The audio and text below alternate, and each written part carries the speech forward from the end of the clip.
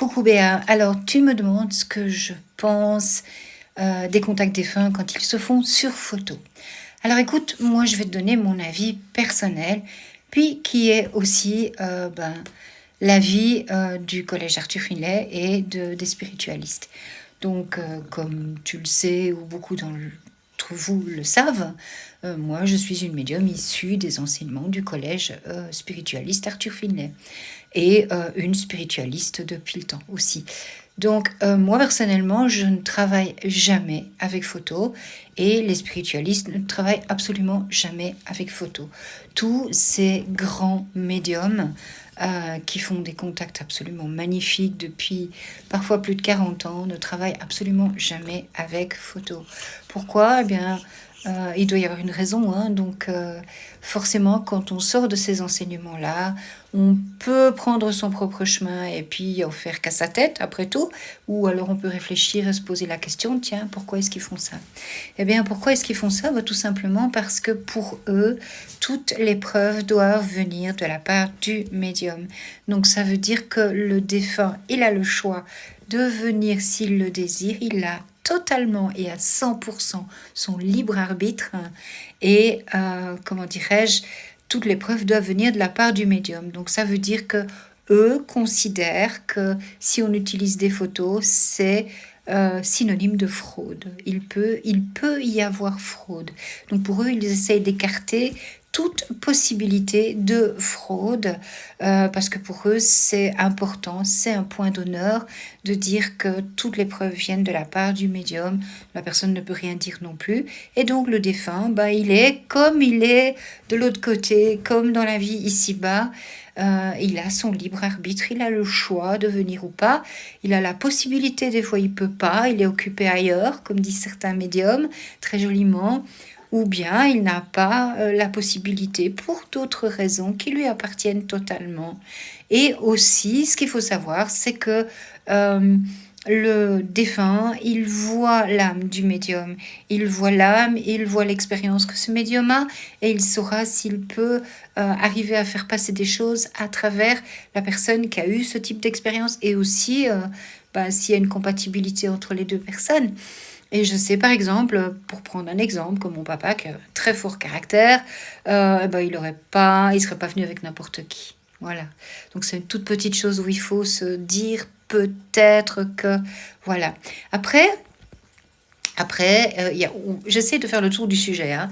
Donc après, il y a par exemple la première vraie très belle médium incroyable que j'ai rencontrée dans ma vie. C'était Madame X, c'était en Belgique. Cette dame est décédée maintenant et je lui envoie tout mon amour et je la remercie pour tout ce qu'elle a fait pour le monde spirituel.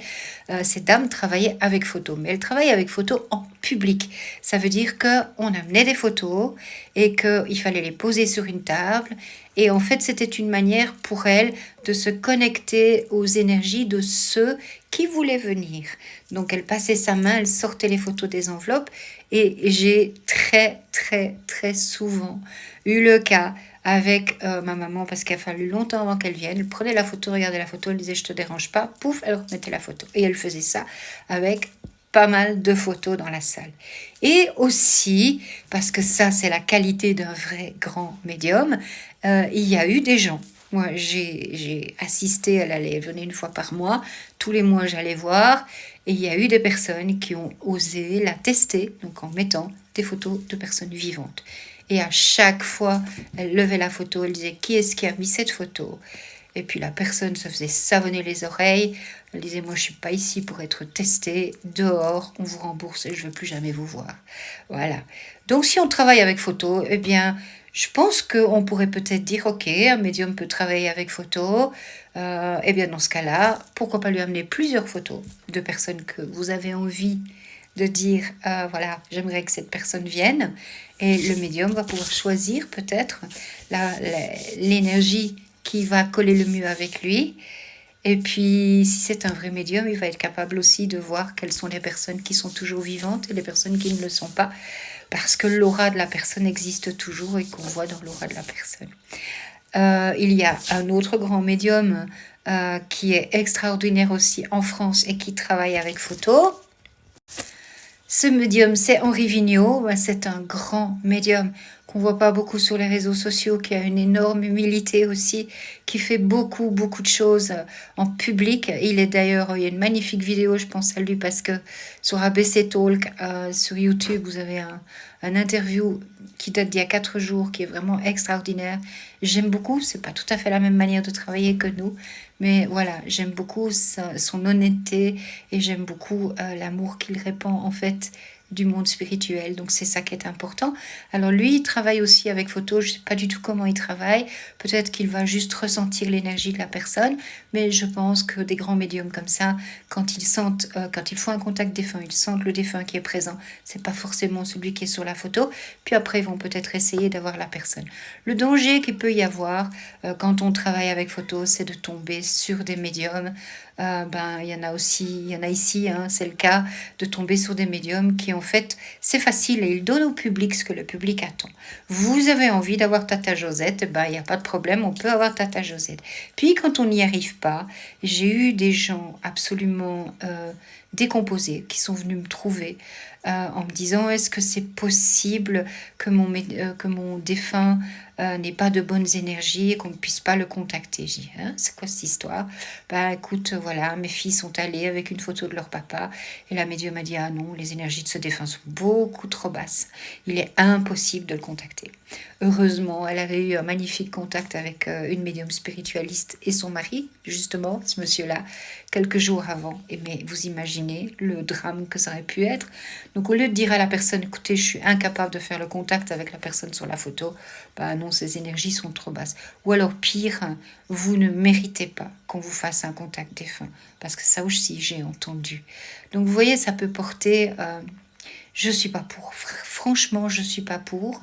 Et l'autre chose, c'est que déjà, par rapport à une photo, on peut retirer énormément d'informations. Donc, c'est une manière de tirer les verres du nez, hein, déjà. Encore pire si on vous demande la photo avant. Les recherches Google double sens, ça marche très bien aussi. Hein, voilà. Et on peut également faire de la lecture psychique, ce que nous appelons de la lecture psychique. Et c'est pour ça que nous, on ne travaille pas avec photo. C'est une lecture de l'aura du défunt, parce que tout le monde a encore l'aura, le défunt a toujours une aura. Donc on peut lire dans son aura toutes les informations qui y sont, ou dans la vôtre tout simplement aussi. Hein. Donc voilà, c'est donner au public ce qu'il veut. Donc en fait c'est souvent, malheureusement, ceux qui travaillent pour de l'argent, qui font, je sais pas... quand on fait 12 contacts ou 20 contacts sur une soirée avec photos les unes derrière les autres, c'est extrêmement facile. Hein, donc voilà, c'est ma façon à moi. Donc moi je me dis que si les spiritualistes, si mes enseignants, si ces grands médiums du passé, parce qu'il y a quand même 176 ans comment dirais-je, d'ancienneté, d'expérience, n'ont jamais travaillé avec photos, c'est qu'il y avait une raison. Et il y en a plusieurs. Donc j'ai essayé de faire un peu le tour. Il y a plusieurs raisons. Ça peut être une fraude, ça peut être une lecture psychique, il y en a qui chatouillent. Ça peut être, ça peut être de la manipulation et ça peut être je vous donne ce que vous voulez que je vous donne. Mais je ne laisse pas le choix au défunt de l'autre côté. Est-ce que dans la vie de tous les jours, il n'aurait vraiment pas eu le choix de dire peut-être que c'est pas le moment que je vienne, je viendrai un peu plus tard, ou c'est pas vraiment la personne avec qui j'ai envie de venir.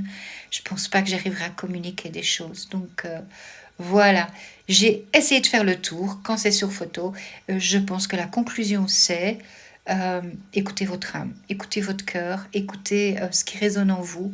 Si vous pensez que c'est pas juste, et surtout n'oubliez pas, vous pouvez pas être accro au contact défunt non plus, et on peut pas obliger une personne à venir. Vous, on peut pas vous obliger d'aller à un rendez-vous, n'est-ce pas?